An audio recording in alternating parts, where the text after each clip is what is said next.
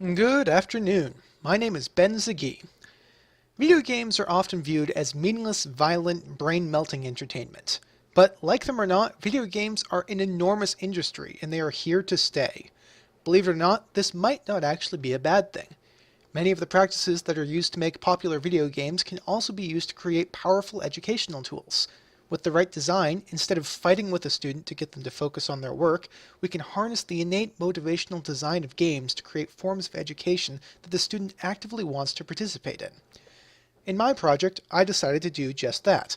I have designed and built an early prototype of a physics-based puzzle game that will teach students many basic physics principles. To aid in its creation, I have used the ARCS instructional model, which is designed to build and maintain motivation in a student, and let their own interests carry them through their education. The first portion of the ARCS model is attention. Provide something intriguing or entertaining to capture the student's attention. Many students are used to sitting in a classroom doing worksheets or reading textbooks all day. Simply providing a student with a video game, which in many cases is one of their favorite pastimes, will provide a marked shift in normal classroom activities that is hopefully large enough to capture the student's attention. Next comes relevance. Relevance simply is relating the knowledge to the students in some way that makes them see its usefulness. In the case of my game, the relevance is right in front of the student. To progress in the game, they will need to use the outlined physics principles. Additionally, the game accurately models real-world physics, meaning that students will be able to directly relate the lessons demonstrated in the game with the world around them. After that comes confidence. If a student feels that they are simply not cut out for a task at hand, they will lose all motivation to continue. Thus, it is important that a student feel confident in their abilities. However, confidence can be a fickle thing.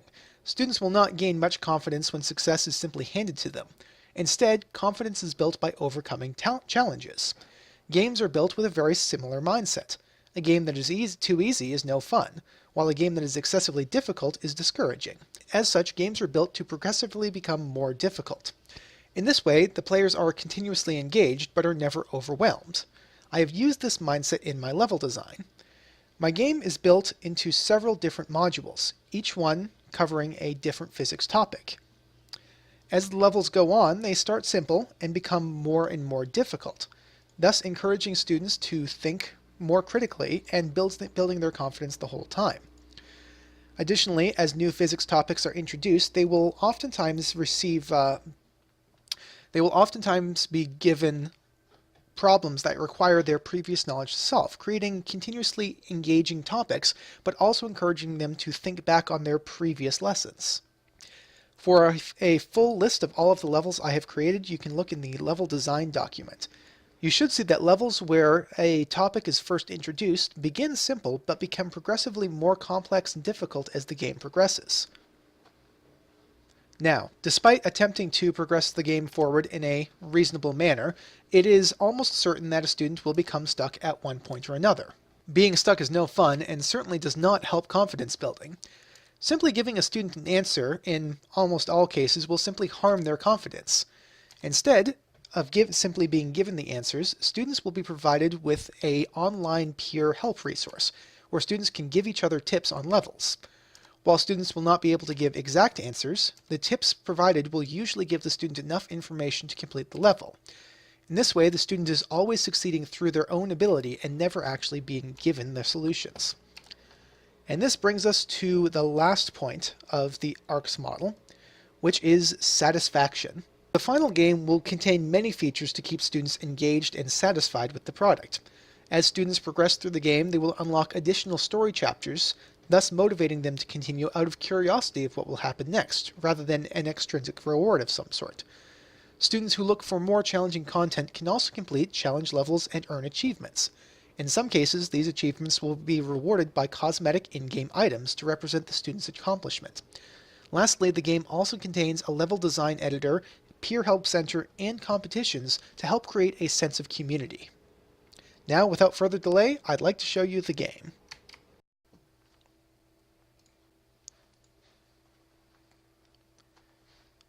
So this is an early prototype of the game. It is not complete, but it is an early representation of what I hope the final game might look like. The player is over here, a spaceship. and it is their goal to fly the spaceship to the portal at the edge of the map. This will progress them to the next level. However, rather than controlling with the arrow keys, the player must enter a vector for the ship to follow. They will enter an angle, a thrust, and a duration to perform that thrust.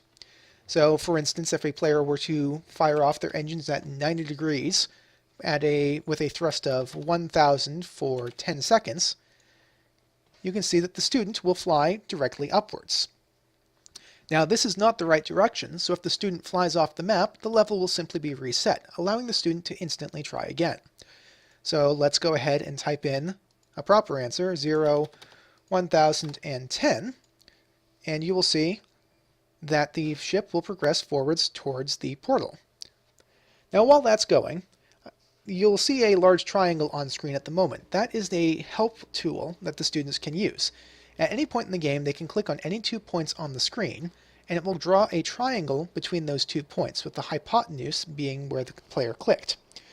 The values of this triangle are listed in the bottom left-hand corner here. In this way, students can measure angles and distances on the map and use them to help with their calculations. Unfortunately, this triangle tool is not working 100% properly at the moment, and while it is giving proper measurements, there are some conversion factors that aren't quite working. So this level here is a speed level. This is one of the first obstacles in the game. You can see at the top and bottom of the screen 2 bars. These bars will move towards the center of the screen, blocking the player's path. The player thus must move fast enough to get to the portal before the bars close. So for instance, if we type in the same values that we typed in before, you'll see that the player does not go fast enough and will simply crash into the bars. If they crash into the bars, the level is reset and the player may try again. So instead, we will try making the ship a bit faster this time and see what happens. And we make it through and come to the next level. In this level, the player is in a world with gravity. As such, the player must progress to the next level while keeping the gravity in mind. If the player simply tries putting in the same value that they put in last time, the ship will fall down and go out of bounds. Thus, the player needs to keep the gravity into account. In this case, I've already done out the calculations, so there we go. And with that, we should see that the ship will fly at a 45-degree angle, providing just enough thrust to stay airborne. In this level, the player is provided with a difficult solution. In this level, there is no simple one angle that the player can follow to reach the end of the level. Therefore, they must add in multiple thrusts to reach the end. Each action will be performed one after another.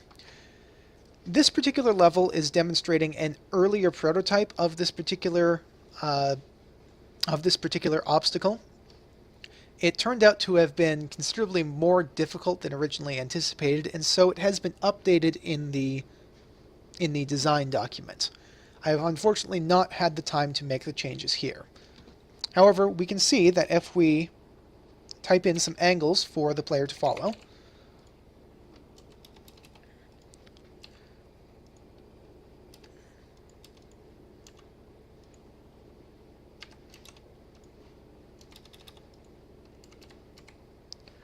then the player should effectively follow the path that I've laid out for it and reach the end.